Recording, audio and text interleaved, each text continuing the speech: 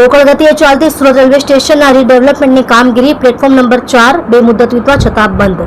Surat railway સ્ટેશનના રીડેવલપમેન્ટની ગોકળ ગાયની ગતિએ ચાલી રહેલી કામગીરીને પગલે પ્લેટફોર્મ નંબર 4 મુસાફરોની અવરજવર માટે બંધ કરી દેવામાં આવ્યું છે. પહેલા 90 દિવસ માટે બંધ કરવાનો નિર્ણય લેવાયો હતો. ત્યારબાદ 2 વખત મુદ્દત વધારવામાં આવી હતી, પરંતુ આ મુદ્દત વધારાયા બાદ પણ કોન્ટ્રાક્ટર કામગીરી પૂર્ણ કરી શક્યો નહીં. વરસાદને પગલે અવારનવાર કામગીરી ખોરંભે ચડી હતી. બીજી વખત મુદ્દત વધારો 30મી સપ્ટેમ્બર સુધીનો આપવામાં આવ્યો હતો. રેલવે સ્ટેશન પર પ્લેટફોર્મ નંબર 4 છેલ્લા 4 મહિનાથી બંધ છે. પ્લેટફોર્મ નંબર 4 પરથી ઉપરથી ટ્રેનોને ઉધનાથી દોડાવવામાં આવી રહી છે.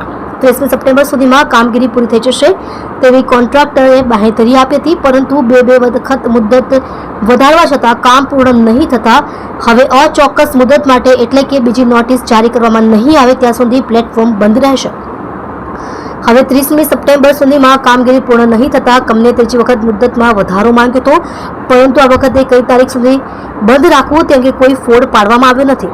હવે અચોક્કસ મુદ્દત એટલે કે બીજી નોટિસ જારી કરવામાં નહીં આવે ત્યાં સુધી પ્લેટફોર્મ નંબર 4 બંધ રહેશે તેની જાહેરાત કરી છે. હવે સુરત રેલવે સ્ટેશનના પ્લેટફોર્મ નંબર 4 પરથી ઉપરથી જે ટ્રેનોને ઉધનાથી દોડાવવામાં આવી હતી તે ટ્રેનો હજુ પણ ઉધનાથી જ દોડાવાશે. દિવાળીને હવે 1 મહિનો બાકી હોવાથી એક્સ્ટ્રા ટ્રેનો દોડાવાશે, તેથી પ્લેટફોર્મ નંબર 4 ટૂંક સમયમાં કાર્યરત કરી દેવાશે.